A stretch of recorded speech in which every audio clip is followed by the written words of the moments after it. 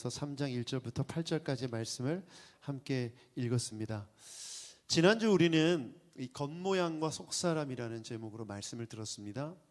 바울 사도가 유대인들을 말하면서 그들이 겉으로는 율법을 지키고 할례도 받았고 그럴듯하게 하나님을 섬기는 것처럼 보이지만 그 속사람으로는 다른 사람들이 짓는 모든 죄를 짓고 있다. 성전 물건을 훔치고 간음하고 도둑질하고 겉으로는 그럴듯한 신앙인의 모습을 보이지만 속은 그렇지 않다. 그 말을 하면서 유대인들을 비판하고 비난했습니다.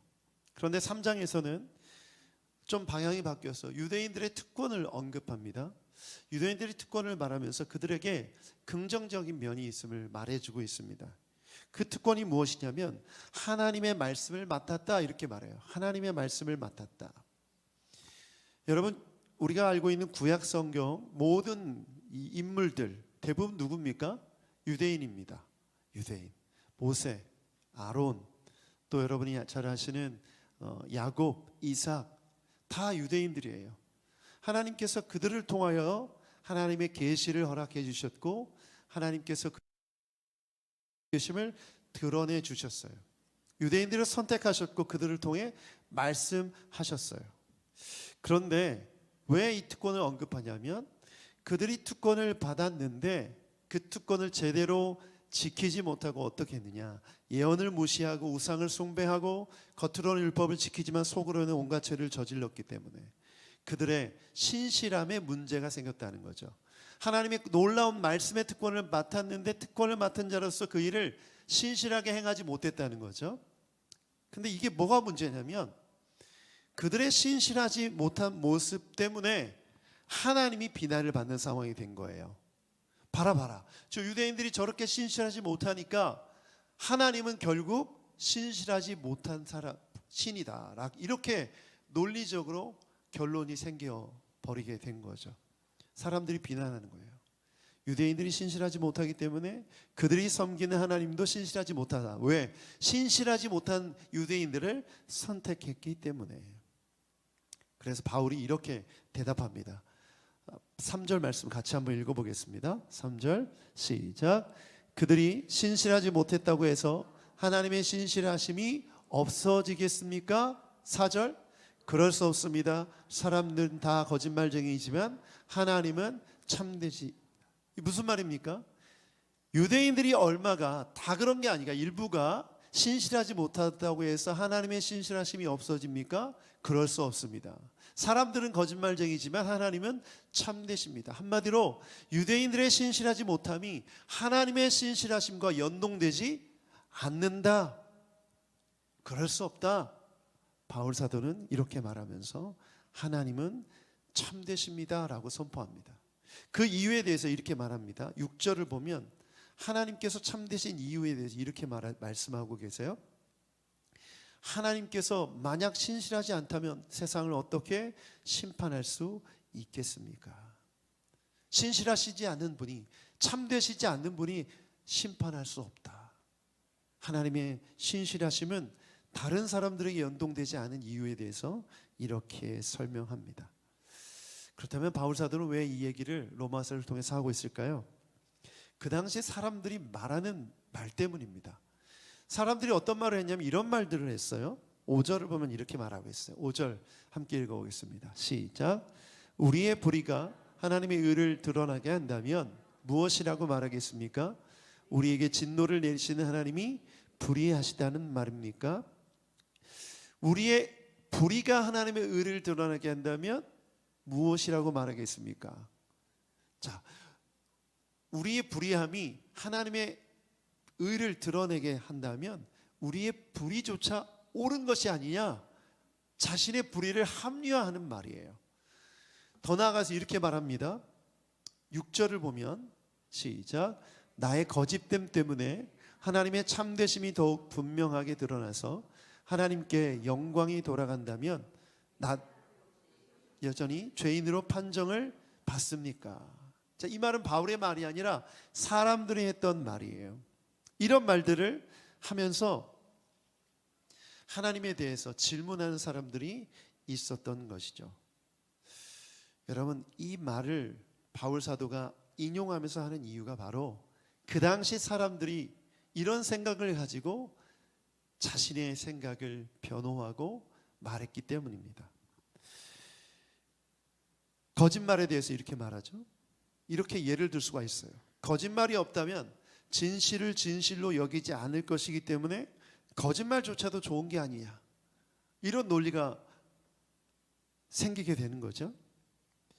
우리가 악한 일을 하는데 그 악한 일을 하지 않으면 선한 일이 선한 일로 구분될 수 없으니 악한 일조차도 좋은 게 아니야, 이렇게 죄를 합리화하는 궤변들이 나타났던 거죠.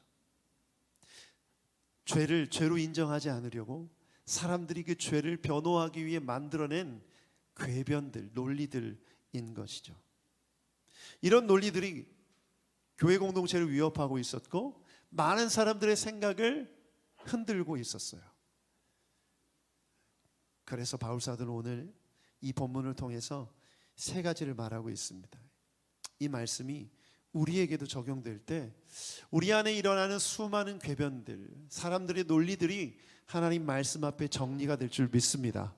가장 먼저 우리가 기억해야 될 메시지는 하나님은 참되십니다입니다. 바울 사도는 이렇게 말합니다. 하나님은 참되십니다. 따라합시다. 우리는 참되신 하나님을 믿습니다. 하나님이 참되시다. 이건 정말 중요합니다. 아까 제가 우리의 신실하지 못함이, 유대인의 신실하지 못함이 하나님의 신실하지 못함과 연동되지 않는다고 말했어요. 그런데 그 당시에 그 사람들이, 로마 사람들이 섬기던 신은 사람의 모습과 너무나 닮아 있었습니다. 여러분이 좋아하는 명품 브랜드 중에 에르메스 있죠? 별로 안 좋아하세요? 원래 에르메스는 무슨 신인지 아십니까? 로마 신화 속에 바로 거짓말의 신, 도둑의 신이에요. 거짓말의 신, 도둑의 신. 거짓말을 잘하고 도둑질하는 신이에요. 그러면 누가 이 신을 섬겼을까요? 네, 거짓말하는 사람들, 도둑질하는 사람들이 헤르메스를 좋아했겠죠? 그리고 섬겼을 거예요. 헤르메스 앞에 제사를 지내고 헤르메스 앞에 예물을 바치고 숭배했던 거죠. 자, 그럼 이런 논리가 형성되는 거예요. 로마 사람들의 논리로는 유대 사람들이 신실하지 못한 모습은 결국 뭘 뜻해요? 하나님이 신실하지 못한 거예요. 인간의 그 신을 섬기는 사람들의 모습에 따라서 그 신이 규정되는 거죠. 그래서 로마 신화를 보면 뭐 살인하는 건 뭐 우습고요, 배신, 뭐 음란함, 또 말도 안 되는 그런 범죄들, 죄악들이 그 그리스 신화 속에 다 녹아져 있습니다.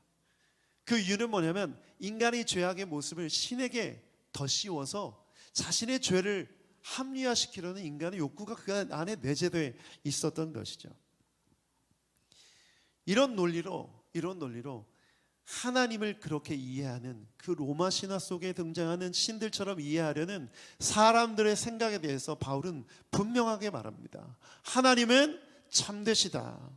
인간의 신실하지 못함과 연동되지 않는다. 여러분, 우리가 죄인이지만 우리가 믿는 하나님은 죄가 없으신 분이신 줄 믿습니다. 우리는 연약하지만 우리 하나님은 능력의 하나님이신 줄 믿습니다. 우리는 신실하지 못하지만 우리 주님은 신실하신 분이신 줄 믿습니다. 우리는 어리석지만 우리 주님은 지혜로우신 분이신 줄 믿습니다. 여러분, 이거 굉장히 중요한 거예요. 정말 중요한 거예요. 오늘 여러분 기억하십시오. 우리의 연약함이 하나님과 연동되지 않는다. 그런데 문제는 뭡니까? 세상 사람들은 그렇게 생각하지 않는다는 거예요. 세상 사람들은 연결지어서 생각합니다. 세상 사람들은 불자들의 사는 모습들을 보면서 불교를 보고요, 천주교를 가진 사람, 종교를 가진 사람들의 삶을 보면서 그들의 믿는 신을 생각해요. 오늘날 우리가 우리의 관점으로, 우리의 믿음은 절대 연동되지 않지만 세상 사람들은 우리의 모습을 통해서 하나님을 연동해서 생각한다라는 것이죠. 그래서 이렇게 말하는 거죠. 믿는 사람들, 신앙이 있다는 사람들, 교회 다니는 사람들 많이 만나봤는데 나는 하나님 안 믿을 거야. 나는 하나님 안 믿을 거야. 이렇게 말해요. 그 이유가 뭡니까? 연동되어서 생각하기 때문이죠. 여러분, 이것이 우리가 기억해야 될 부분입니다. 고린도전서 10장 31절 말씀 같이 한번 읽어보겠습니다. 시작. 그러므로 여러분은 먹든지 마시든지 무슨 일을 하든지 모든 것을 하나님의 영광을 위하여 하십시오. 아멘. 이 말은 뭐냐면 뭘 먹든지 상관이 없다는 거예요. 바울사도는. 왜? 우리가 진리로 자유케 된 사람들이기 때문에 우리는 뭘 해도 상관이 없습니다. 맞습니까? 아멘. 그렇죠. 그런데 고린도전서 우리가 공부했잖아요. 그것이 세상 사람들에게 복음을 전하는 일에 교회에 덕이 되지 않는다면 해라 하지 말라? 하지 마라. 그거 안 하면 무슨 상관이 있냐? 그거 안 해도 아무 문제가 없다. 해도 문제가 없고 안 해도 문제가 없다. 다만 내가 하는 이 일이 하나님께 영광을 돌리는 일이냐, 이것이 우리의 삶의 행동의 기준이 되어야 되는 것이죠. 그러므로 결국 하나님의 참되심은 우리와 연동되지 않지만 믿지 않는 자들에겐 연결되므로 우리가 하나님 앞에 영광 돌리는 삶을 살기 위해 삶에서 바른 선택, 참되신 하나님을 드러내는 선택들을 해야 될 줄 믿습니다. 그렇게 할 때 하나님 앞에 영광이 되는 것이죠. 여러분, 이 이슈가 로마에 있는 그리스도인들에게 가장 큰 이슈였어요. 그렇지 않습니까? 주변 사람들이 다 그런 신관, 신에 대한 개념을 가지고 살아가는데 자신들만 우리는 그렇지 않다고 생각하고 말하지만 결국 우리의 삶을 통해서 사람들이 그렇게 생각할 것이기 때문에 그리스도인들의, 기독교인들의 삶은 너무나 중요했던 거죠. 그래서 이후에도 보면, 로마서에 보면 그 로마 정부에 대해서 어떻게 생각해야 될지, 또 그 정치적으로 또 그 제도 안에서, 법 안에서 어떻게 해야 될지를 말해주고 있는 거예요. 여러분, 축복합니다. 우리 참되신 하나님을 섬기는 하나님의 백성이 되길 축복합니다. 하나님의 참되심을 드러내는 여러분의 삶이 되길 축복합니다. 두 번째, 오늘 주시는 메시지 두 번째는 우리는 예수님의 말씀을 맡은 사람들입니다. 함께 읽어보겠습니다. 시작. 우리는 예수님의 말씀을 맡은 사람들입니다. 유대인들이 구약을 맡았어요. 그렇다면 이제 예수님을 통해서 우리에게 신약을 우리에게 허락해 주셨어요. 예수님의 말씀을 우리에게 맡겨 주셨습니다. 그러므로 유대인들에게 적용된 논리가 우리에게도 적용될 수 있다는 거예요. 우리를 그리스도인이라고 보죠. 이 말은 뭐냐면 그리스도인으로서 예수님의 가르침을 우리가 맡았다는 것을 뜻합니다. 우리가 이 특권을 가지고 있다는 거예요. 하나님의 말씀, 예수님의 말씀을 이해하고 깨닫고 가르칠 수 있는 특권이 우리에게 있는 거죠. 그래서 마태복음 28장 20절 말씀, 예수님의 명령을 보면 이렇게 말씀하세요. 같이 읽어보죠. 시작. 내가 너희에게 명령한 모든 것을 그들에게 가르쳐 지키게 하여라. 보아라, 내가 세상 끝날까지 항상 너희와 함께 있을 것이다. 내가 너희에게 명령한 모든 것을 그들에게 가르쳐 지키게 하여라. 왜? 우리가 맡은 자들이기 때문에, 우리의 특권이기 때문에. 여러분, 그래서 예수님의 말씀을 배우고 깨닫고 가르치는 것이 정말 중요합니다. 요즘 우리가 마태복음 묵상하는데 어떠세요? 여러분, 좋죠? 왜 좋죠? 우리가 그 특권을 가진 사람이기 때문이에요. 우리가 예수님을 믿고 따르는 무리이기 때문에, 공동체이기 때문에 예수님의 말씀이 우리에게 너무나 소중하고 중요한 것이죠. 만약 이것을 우리가 등한시 여기고 붙들지 않고 가르치지 않고 배우지 않는다면 유대인들처럼 똑같이 될 수 있는 거예요. 겉으로는 종교적인 모습을 다 갖추고 있지만 속사람은 여전히 죄 가운데 머물며 하나님의 신실하심을 드러내지 못하고 오히려 하나님께 영광 돌리지 못하는 삶을 살 수 있는 거죠. 우리도 그렇게 될 수 있다는 거예요. 그러므로 우리가 해야 될 일은 무엇입니까? 예수님의 가르침을 배우고 묵상하고 가르치는 일에 힘써야 될 줄 믿습니다. 그것이 우리가 받은 특권이에요. 그러므로 예수님으로부터 받은 이 명령, 우리가 열심히 지키며 나아가야 하는 것이죠. 제가 매번 강조하지만 여러분, 지칠 때까지 제가 얘기할 거예요. 큐티하는 이유가 바로 여기에 있습니다. 우리가 그리스도의 말씀을 맡은 자로서 특권을 가졌기 때문에 매일매일 이 말씀을 묵상하고 지키며 따라야 하는 것입니다. 그렇지 않으면 우리도 겉과 속이 다른 그런 종교인이 될 수밖에 없기 때문이죠. 사랑하는 여러분, 우리는 예수님의 말씀을 맡은 사람들인 줄 믿습니다.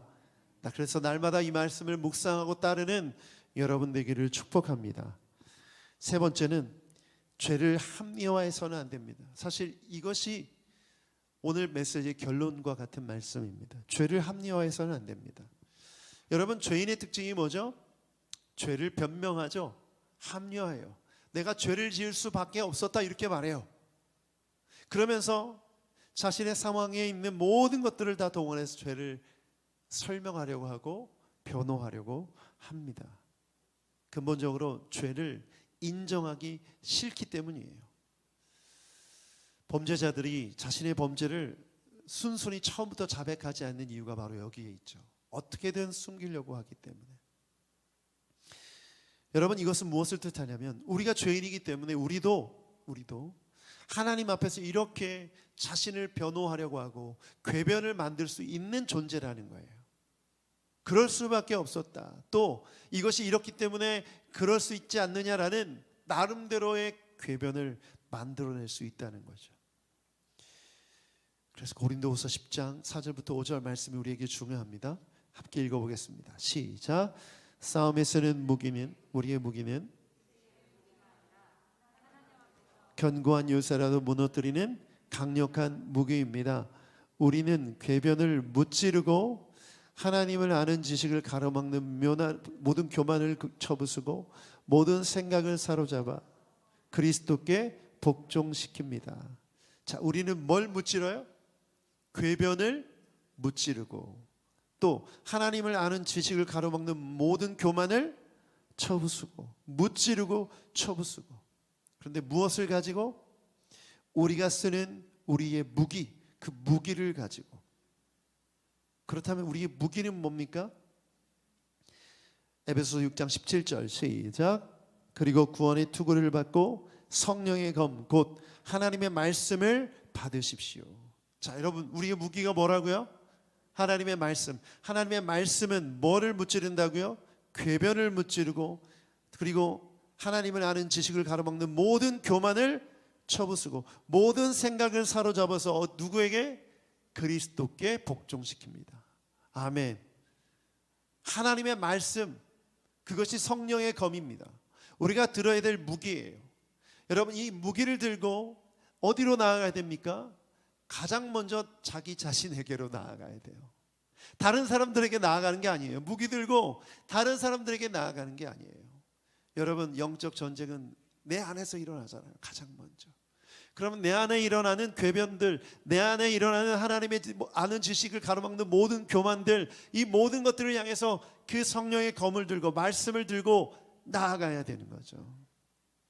그렇다면 여러분 안에 있는 궤변들은 무엇이 있습니까? 여러분 생각 속에 일어나는 그런 말도 안 되는 논리들이 뭐가 있습니까? 하나님은 여러분 사랑하세요? 하나님이 여러분 사랑하시는 걸 믿으십니까? 그 의심될 때가 있죠. 그런데 힘들고 어려울 때, 뜻하지 않은 힘든 일을 만났을 때, 몸이 아플 때, 재정적으로 힘들 때 가장 먼저 이 생각이 들지 않아요? 하나님이 나를 사랑하시는가? 여러분, 이 의심은 뭡니까? 우리가 싸워야 될 거 맞습니까? 하나님의 말씀으로 쳐내야 될, 쳐부숴야 될, 우리가 싸워야 될 싸움의 대상 맞습니까? 맞죠? 근데 뭘로 싸우라고 말하죠? 우리의 의지로 싸우라고 말합니까? 하나님의 말씀으로 싸우라는 거예요. 그러므로 여러분의 손에 하나님의 말씀이 있다면, 여러분의 눈을 통해서 늘 하나님의 말씀을 붙들고 있다면 그 궤변들과 싸울 수가 있어요. 그리고 싸워서 이길 수가 있어요. 그런데 그 무기 없이 싸우면 어떻게 되죠? 이길 수가 없어요. 이길 수 없어요. 우리의 힘으로는, 우리의 능력으로는 우리 안에 들어오는, 우리 생각으로 들어오는 의심들과 싸워 이길 수가 없어요. 싸워 이길 수가 없어요. 우리 안에 들어오는 무기력함과 우리 안에 들어오는 의심과 두려움을 싸워 이길 수가 없어요. 우리 안에 하나님의 말씀이 들어올 때만이 성령의 검이 들려 있을 때만이 이겨낼 수 있는 줄 믿습니다. 아멘. 아멘. 지난 금요일 우리 성령 집회 뉴송 워십을 하는데 새로운 곡을 한 곡 불렀어요. 우리 송주론 집사님이 선곡해 주셔서 그 곡을 부르는데 링크를 걸어 주셨잖아요. 우리 여상기 목사님이 한번 들어보고 오시라고. 그래서 제가 링크를 눌러봤어요. 윌러브라는 찬양팀이 부른 그 곡인데 임내라는 곡이에요. 여러분 들어보셨기를 축복합니다. 제가 유튜브 이렇게 찬양 용사를 보면 그 밑에 있는 댓글들을 보는 게 취미인데 이렇게 내려보니까 가장 상단에 있는 댓글 중에 정말 가슴에 와닿는 댓글이 하나 있었어요. 어떤 목사님이 댓글을 자신의 실명으로 쓴 거예요. 이렇게 기록했더라고요. 너무 목회하기가 싫다. 사람 만나기도 싫고 기도하기도 싫고 다 싫다. 너무 무기력해서 아무것도 하기 싫다. 그렇게 글을 올린 거예요. 그런데 여기에 엄청난 댓글들이 막 쫙 달린 거예요. 주로 이제 감사하게도 격려의 글들이에요. 격려의 글들인데 이분이 자신이 올린 댓글에 많은 또 대댓글이라고 하죠. 대댓글이 달린 걸 보고 또 다시 이제 수정한 댓글을 또 다시 달았어요. 지금 이제 회복되어서 하나님의 은혜 가운데 귀한 공동체 섬기고 있고 잘 살고 있다. 그러니 걱정하지 마시라. 뭐 이런 댓글을 올려놨더라고요. 그거 보는데 너무 재밌더라고요. 그 찬양을 들으면서 그 댓글이 있는데 제 마음에 감동이 왔어요. 여러분 목회자일지라도 우리 마음속에 제 마음속에도 그런 생각이 들어와요. 그리고 내 안에 수많은 궤변들이 막 일어나면서 논리들이 일어나면서 지금 내가 이럴 수밖에 없는 이유들을 찾아요. 그리고 이 이유들을 찾고 자신을 합리화시키는 거죠. 거기에 그 모든 생각 속에 하나님의 말씀이 없다면, 하나님의 생각이 없고 하나님의 뜻이 없다면 이건 결과가 뻔해요. 그렇지 않습니까, 여러분? 절망과 또 핑계와 변명과 그런 걸로 다 가득하고 그냥 그 시간을, 그 삶을 낭비할 수밖에 없는 거예요. 그런데 여러분 하나님의 말씀을 딱 붙드는 순간 어떻게 됩니까? 이제 그때부터 싸워야죠. 쳐내야 돼요. 여러분 우리가 들은 이 성령의 검 하나님의 말씀은 무적 불패예요. 사자성어로 얘기하니까 확 와닿죠. 무적 불패예요. 못 이길 상대가 없어요. 할렐루야. 아멘. 아멘. 어리석은 건 여러분에게 하나님께서 허락하신 이 아이템을 쓰라는 거예요. 게임하시는 청년들은 와닿죠? 왜 아이템을 그 초강력 아이템을 왜 안 쓰냐는 거예요. 이걸 들고 싸우며 나가십시오. 그리고 이 칼을, 이 성령의 검을 잘 모르는 사람들에게 전해주세요. 이걸로 들고 나가라. 그럼 이길 수 있다고. 여러분 이게 믿음의 삶 아닙니까? 이거의 신앙생활 아닙니까? 저는 그래서 바울 사도를 통해서 오늘 로마서 1장 3장 1절부터 8절의 말씀을 통해서 그것을 깨달았어요. 내 속에 일어나는 이 생각들과 싸워 이겨내야 된다. 여러분 우리의 영적 싸움은 절대 사람들과의 싸움이 아닙니다. 나 자신과의 싸움이에요. 나 자신과의 싸움. 마귀가 호시탐탐 여러분의 생각을 노리고 있어요. 잡아먹으려고 하고 무너뜨리려고 하고 넘어지게 하려고 해요. 그럼 들어오는 생각들을 성령의 검으로 이겨내야만 합니다. 여러분의 죄를 합리화하는 모든 생각들, 궤변들을 물리쳐야 돼요. 여러분을 게으르고 나태하게 하는 모든 생각들을 물리쳐야 돼요. 그렇지 않으면 우리가 이 땅에서 하나님의 뜻대로 살 수가 없는 거죠. 그래서 마지막 여러분에게 주는 하나님의 메시지는 이것입니다. 자신의 생각 속에 일어나는 모든 궤변과 싸우라. 아멘. 예수 그리스도의 그 말씀, 성령의 검을 들고 나아갈 때 우리는 승리할 수 있는 줄 믿습니다. 모든 대적들이 물러갈 줄 믿습니다. 아멘.